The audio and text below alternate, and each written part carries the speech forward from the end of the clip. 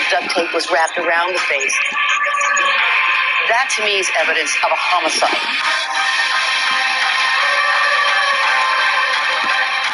It's a wild goose chase, and she's lying her ass off. That's pure speculation. No, it's not. I have pictures.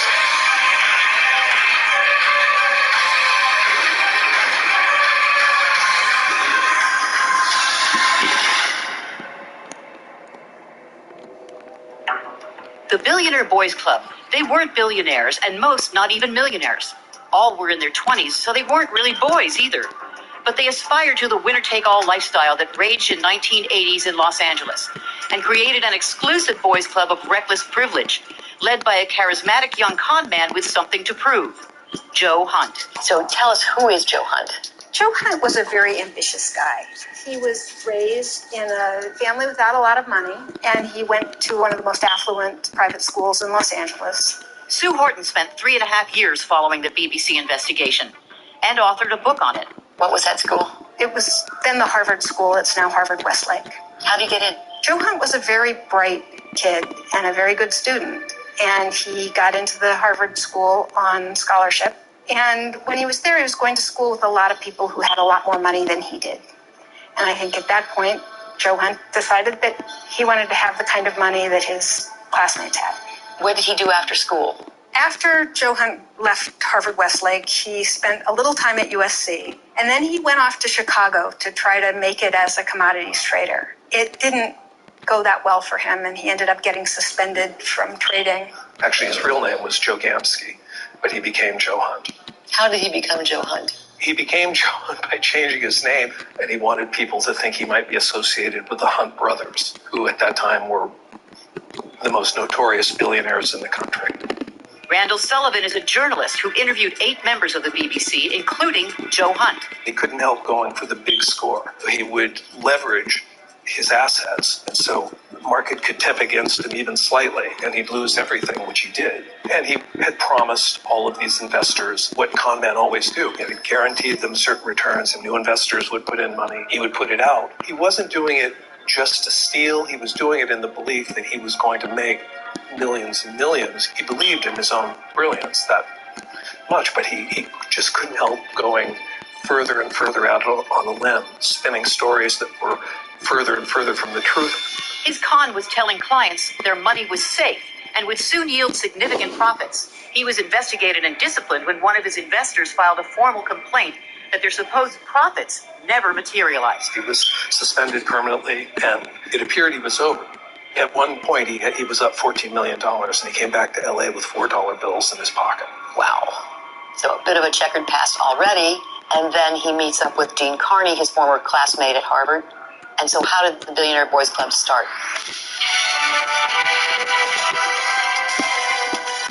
Joe Hunt reconnected with a lot of his more affluent friends from the Harvard School and got them to bring in their parents and people their parents knew as investors in the Billionaire Boys Club. So Joe Hunt found the perfect target with these kids. Right. Joe came up with the name BBC inspired by his Chicago hangout, the Bombay Bicycle Club.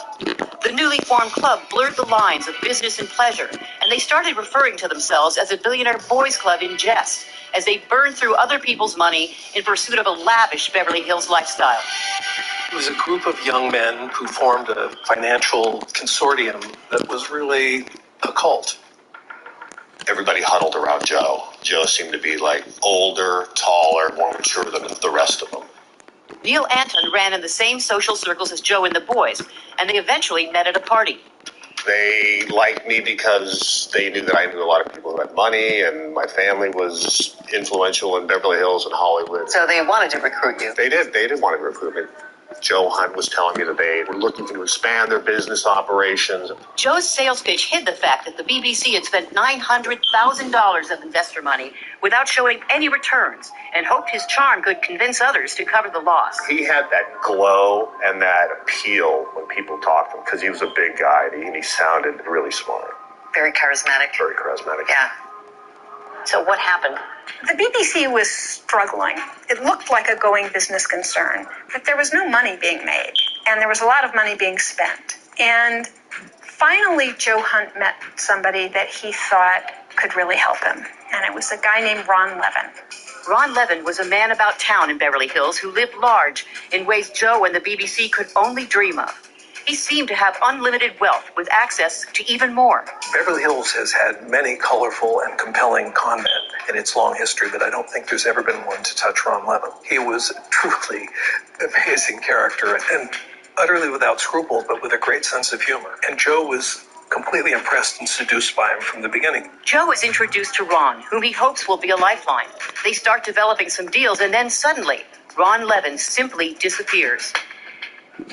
With this unusual case, we don't have a traditional first 48 to follow, but this is where we believe the investigation begins.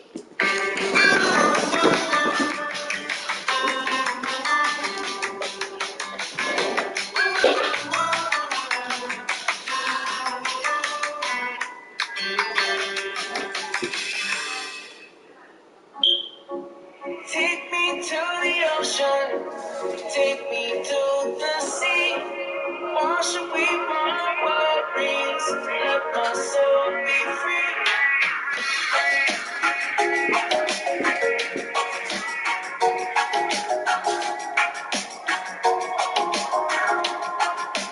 Wash away my worries, let my soul be free. On June 7th, 1984, at 6:45 a.m., Ron Levin's friends arrive at his Beverly Hills duplex. But Levin doesn't answer the door. At 7:15 a.m., the housekeeper lets everyone inside. Levin is nowhere to be found. At 9 a.m., friends and family go to the police, only to be told that they have to wait 2 days before reporting him missing. That policy, which was enforced in 1984, has since been abandoned. At 11 p.m. that night, 2,800 miles away in New York City, a man checks into the Plaza Hotel under the name Ron Levin. By 6 a.m. on June 9th, Levin has run out of hotel credit. The Plaza's management attempts to contact him without success. This brings us to the end of the first 48 hours.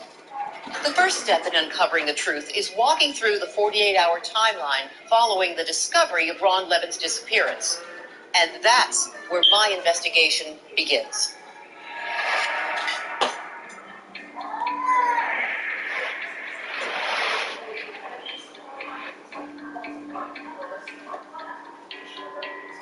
So here we are in Beverly Hills, home to many of the wealthiest, most famous, and privileged. You were working at Beverly Hills PD at the time this case was going on, but weren't you? Right. I started with Beverly Hills PD back in 1977. Frank Salcido is a retired captain of the Beverly Hills Police Department, where he served for over 30 years. During his career, he became closely involved in the BBC case. His father said there was no way on earth that Law would ever disappear without reaching out to him or having some sort of contact. And it always did trouble. We had to have to even though there was conviction, there's still doubt in a lot of people's minds as to whether Law was still alive or whether he was actually killed. It's one of the harder cases to have. I had one who got a first-degree murder conviction on the case of the body and a murder weapon. They because you couldn't convince people that